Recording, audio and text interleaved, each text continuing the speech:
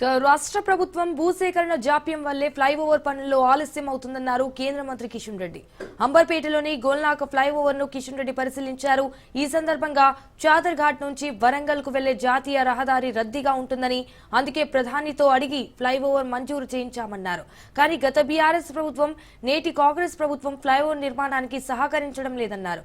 భూసేకరణ రాష్ట్ర ప్రభుత్వ పరిధిలోనిది కాబట్టి రాష్ట్ర ప్రభుత్వం ముందుకొచ్చి మిగిలిన చోట్ల భూసేకరణ చేసి సహకరించాలని కోరారు. ఈ శివరాత్రి నుంచి ఫ్లైఓవర్ మీ నుంచి ట్రాఫిక్ వదిలి కింద రోడ్డు నిర్మాణం, ఇటు బ్యూటిఫికేషన్ పనులు చేపట్టాలని అధికారులను ఆదేశించామన్నారు. ప్రభుత్వం వెంటనే స్పందించి మిగిలిపోయిన 6 చోట్ల భూసేకరణను చేపట్టాలన్నారు.